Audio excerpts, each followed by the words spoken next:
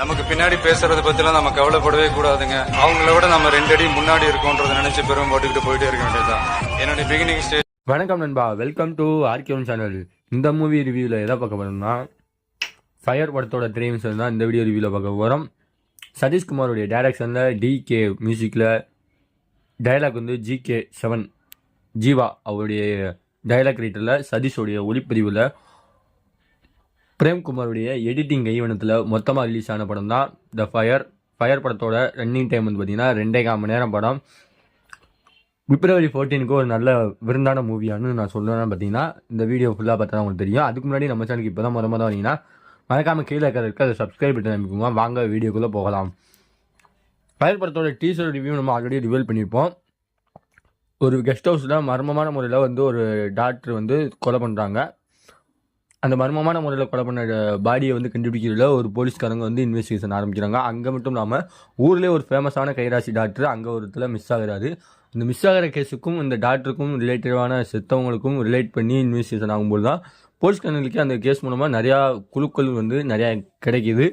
அது மட்டும் இல்லாமல் இந்த ஸ்டோரியில் வந்து மிஸ்டரியான அதாவது அந்த டாக்டர் செத்து போனவங்களுக்கு வந்து ஏகப்பட்ட பொண்ணுங்களோட லிங்க் இருக்குது. அதுவும் காலேஜ் கொலீக்ஸு வேலை பார்க்குறதுல இந்த மாதிரி ஏகப்பட்ட இடத்துல லிங்க் இருக்குது அப்படின்றத ஒரு சூப்பரான கேரக்டரை வந்து சொல்ல ட்ரை பண்ணிக்காங்க நம்ம டேரக்டர். இந்த படம் வந்து யாரெல்லாம் வச்சுக்க அப்படின்னா, சந்திரா தமிழரசி, ரச்சிதா மகாலட்சுமி, சக்தி அகர்வால், காயத்ரி ஷா, சிங்கம்புலி, அப்புறம் சுரேஷ் சக்கரவர்த்தி, இந்த மாதிரி ஏகப்பட்ட நட்சத்திர பட்டங்கள் உள்ளே இருக்காங்க.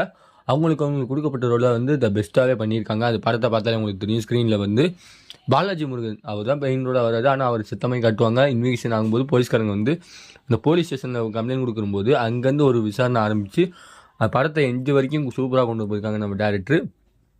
முன்னாடி சொன்ன மாதிரி படத்தோட டேரக்டர் வந்து இதற்கு தானே ஆசைப்பட்டாய் பாலகுமாரோ, அப்புறம் நம்ம தரமணி, இந்த படத்தெல்லாம் வந்து பேக்ரவுண்டாக யூஸ் பண்ணியிருக்காரு. இந்த படத்தில் தமிழ் சினிமாவில் வந்து முழு டேரக்டரை வந்து யூஸ் பண்ணியிருக்காங்க. அதாவது முழுமுக டேரக்டராக வந்து அறிமுகமாயிருக்காரு. இந்த படம் வந்து கிரைம் மிஸ்டரி த்ரில்லர் ஜானலில் ஒரு அடல்ட் கண்டென்ட் மூவியாக வந்து நம்ம டேரக்டர் வந்து ஸ்க்ரீனில் கொடுத்துருக்காரு. த ஃபயர் படத்தில் ஃபயர் இருக்கா இல்லையான்னு பார்த்தீங்கன்னா, ஃபர்ஸ்ட் ஆஃப் வந்து முழுக்க அந்த ஒரு ஜானலே கிரைம் மிஸ்டரி சம்மந்தமான ஸ்டோரியிலே வந்து போய்கிட்டே இருக்கும். கிளைமேக்ஸில் வந்து வச்ச ட்விஸ்ட்டு வந்து உங்களுக்கு ஜென்ரல் ஆடியன்ஸை வந்து கணிக்கும் போது கொஞ்சம் சிரமமாக இருக்கும். இந்த படத்தில் வந்து ஜென்ரல் ஆடியன்ஸ் வந்துட்டும் ஒரு சினிமாவில் வந்து அந்த கிளைமேக்ஸ் வச்ச ட்விஸ்ட்டை வந்து என்னன்னு கண்டுபிடிக்கிற அளவுக்கு இருக்குது.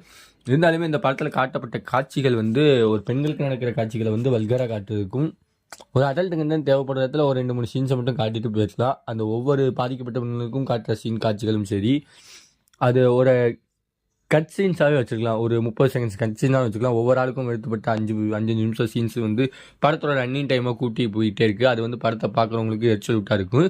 இந்த படம் வந்து ஒரு அடல்ட் கண்டென்ட் தான், சென்சார் போர்டில் UBA கிடையாது, ஏ சர்டிஃபிகேட் தான். ஏன்னா அந்தளவுக்கு வல்கரான காட்சிகள் வந்து ஒரு அடல்ட் கண்டென்ட் காட்சிகளை வல்கராக காட்டணுன்றதுக்காகவே படத்தில் வந்து தேவைப்படுறதுக்காக வச்சுருக்கலாம். ஆனால் அது காட்டுறதுக்காகவே ஒரு 2K கிட்ஸி இந்த காலத்து சொசைட்டியில் இருக்க பசங்களையும் வந்து ஒரு அட்டாக் பண்ணுறதுக்காக வந்து ஒரு காட்சியை அமைக்கிறதுக்காக படக்குழு நினச்சிருக்கலாம், இந்த டேரக்டரும் நினச்சிருக்கலாம் மேபி. அப்போ இதுக்காகவே இந்த படத்தில் அந்த காட்சிகள் வந்து ஏகப்பட்ட இடத்துல வச்சுருக்கலாம்.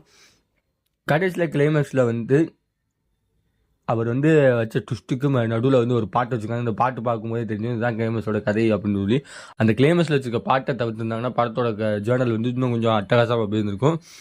ஓவராலாக பார்த்தீங்கன்னா இந்த படத்தை பார்க்கலாமா வேணாமான்னு பார்த்தீங்கன்னா, காதலர் தினத்துக்கு கண்டு ஒரு பெண்களுக்கு அநீதியாக நடக்கிற கொடுமையை வந்து நம்ம டேரக்டர் ஸ்க்ரீன் பிளேல கொண்டு வந்த கதைக்களம் வந்து சூப்பர். அது எழுதின ஸ்க்ரீன் பிளே கொஞ்சம் லேக் ஆனதுனால படத்தில் வந்து ஒரு ஆவரேஜ் வாட்சபிள் மூவியாக அமைஞ்சிருக்கு இந்த வாரம் இந்த மூவியில். ஓவராலாக பார்த்தீங்கன்னா இந்த படத்தை வந்து ஒன் டைம் வாட்சபிளாக மூவியாக இருக்கும். ஆனால் அடல்ட் கண்டென்ட் தான், முழுக்க 18+ வீடியோஸ் தான் இந்த படத்தை பார்க்குற மாதிரி தான் இருக்கும். எல்லோரும் பார்க்க முடியாது. இந்த படத்துக்கு ஆர்கேஒன் சேனலில் ரேட்டிங் என்னப்பா அப்படின்னு பார்த்தீங்கன்னா 5க்கு 2.5 தருவேன். இது ஒரு அடல்ட் கண்டென்ட் மூவி தான், அதனால தேட்டரில் ஃபேமிலி ஆடியன்ஸை போய் பார்க்குறவங்க தவிர்க்கிறது நல்லது. அடுத்த ஒரு மூவியில் சந்திக்கிற வரை உங்களிருந்து விடைபெறுவது உங்கள் ஆர்கேஒன். By viewers.